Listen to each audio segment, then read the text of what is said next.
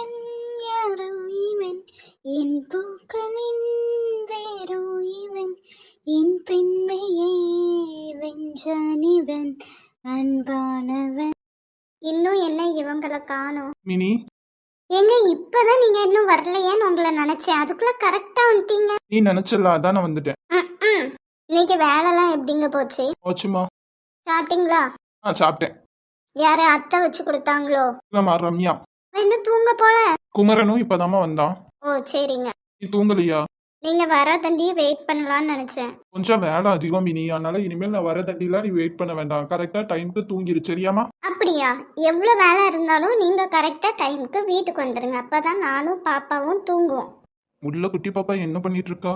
நானும் குட்டி பாப்பாவும் டயர்ட் ஆயிட்டோங்க. ஏன் மினி? எங்க அடிக்கிற வெயிலுக்கு அதான் வீடு ஃபுல்லா ஏசி போட்டிருக்குல்ல. ஏங்க என்னதான் வெயில் அடிச்சாலும் ஏசி போட்டாலும் உடம்புக்கு ஹீட்டு தானங்க. இதுவும் கரெக்ட் தாம்மா, இயற்கையா வர காத்து மாதிரி வருமா? ஏங்க நம்ம வீட்டு பின்னாடிலாம் நிறைய மரம் நட்டு வைக்கணுங்க, அப்பதாங்க அடுத்த வருஷம் நம்ம பொழைக்க முடியும். ஆமா, இந்த வருஷமே வெயில் இந்த அடி அடிக்கப்போ அடுத்த வருஷம்லாம் இன்னும் அதிகமா தானே ஆகும். மினி நம்ம எப்போதுமே இப்படியே சந்தோஷமா இருக்கணும் மினி, அது மட்டும்தான் என்னோட ஆசை.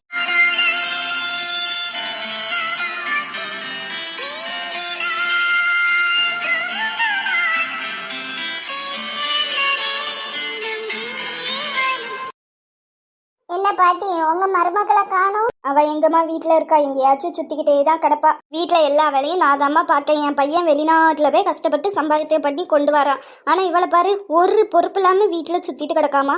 நீயாச்சும் பொறுப்போட பீடி சுத்துத, கூப்பிட்டா வேலைக்கெல்லாம் போற, நிறைய வீட்டுக்கு வேலைக்கெல்லாம் போறலாமா. அவ கொஞ்சம் கூட பொறுப்பே இல்லாம மினிக்கிட்டு அலைதா. அவளுக்கு என்ன குழந்தையா இருக்கு பாட்டி உட்காந்து கவலைப்பட?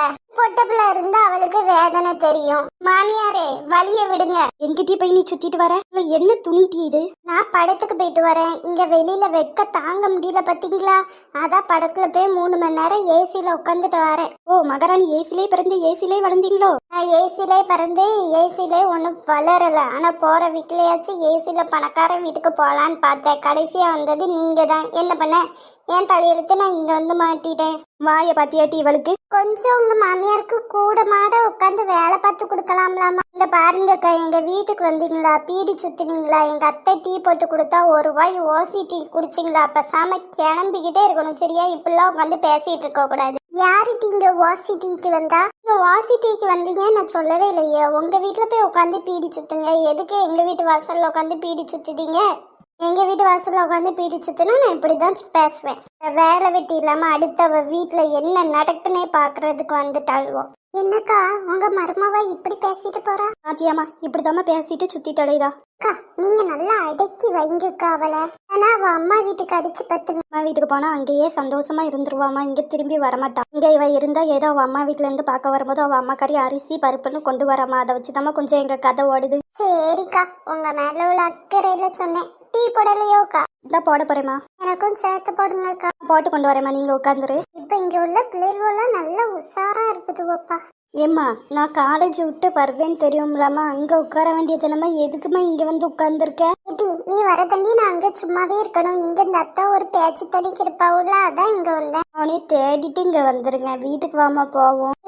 அந்த அக்கா இப்பதான் டீ போட போயிருக்காவோ, நீயும் இங்க உட்காரு, டீயை குடிச்சிட்டு போவோம். அப்புறம் வீட்டுல போய் சாப்பாடு மட்டும் பண்ணா போதும்ல. ரொம்ப நல்லது, நீ ஏன் இங்க உட்காந்து டீ குடிச்சிட்டு வா, நான் நம்ம பாட்டி வீட்டுக்கு போறேன்னு. கிளவி வீட்டுக்கு போகாதன்னு சொன்னா கேட்க மாட்டேங்க. நான் போறேம்மா. வீட்டு எப்போ வருவாங்க? நைட்டு சாப்பாடு சாப்பிட்டு வந்துடுறேன். நான் வீட்டுல கிடக்க பழையதை தின்னுப்பேன். சரிம்மா, நீ பயப்படாத, நான் மாமா யாரையாச்சும் கொண்டு வந்து விட சொல்லுதேன்னா. சரி டி.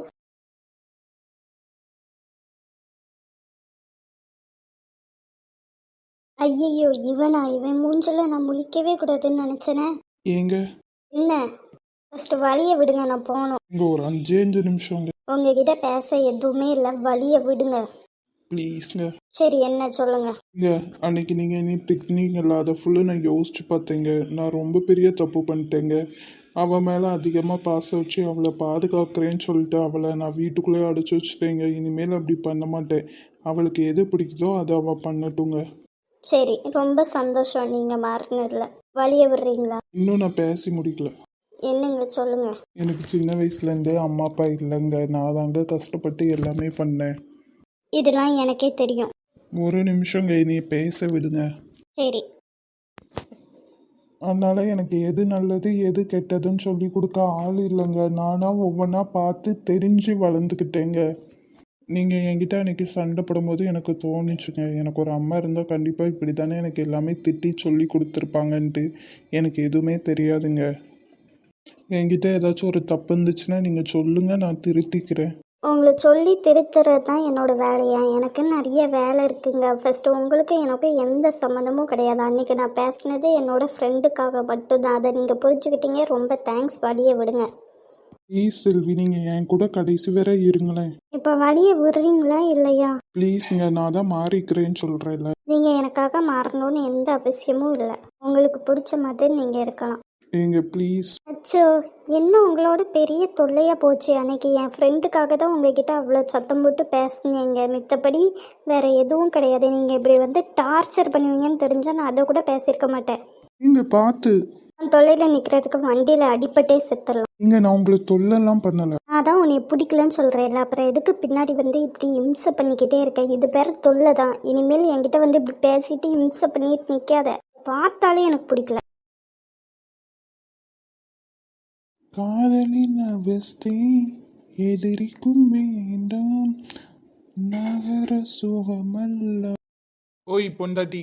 என்ன இன்னைக்கு என்ன சாருக்கு என் மேலே ஒரே பாசமாக இருக்கு? எப்போதுமே உன் மேலே பாசம் இருக்குமே எனக்கு. இன்னைக்கு சீக்கிரம் வந்துட்டு ரொம்ப தான் சீனு. ஐயா விடுங்க சார். முடியாது. உங்கள் கண்ணம் கிள்ளியது அடி இப்போதும் நிறம் மாறாமல் நெஞ்சில் நிற்கிறது. பட்டுச் சேலைகளும் நகை நட்டு பாத்திரமும் உன்னை கேட்டேனே, சண்டை போட்டேனே, அது கண்ணில் நிற்கிறது. பூவே தங்க வெண்ணிலாவே, ஆசை தீரவே பேசலாம் முதல் நாள் இரவு. அம்மா அதிகாலையிலும் அந்தி மாலையிலும் முந்தன் ஞாபகமே.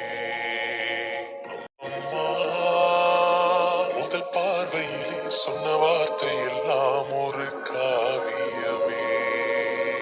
சின்ன பூத்திரியில் ஒளி சிந்தும் ராத்திரியில் இந்த மெத்தை மேல் இளம் தத்தை போல் புது வித்தை காட்டிடவா.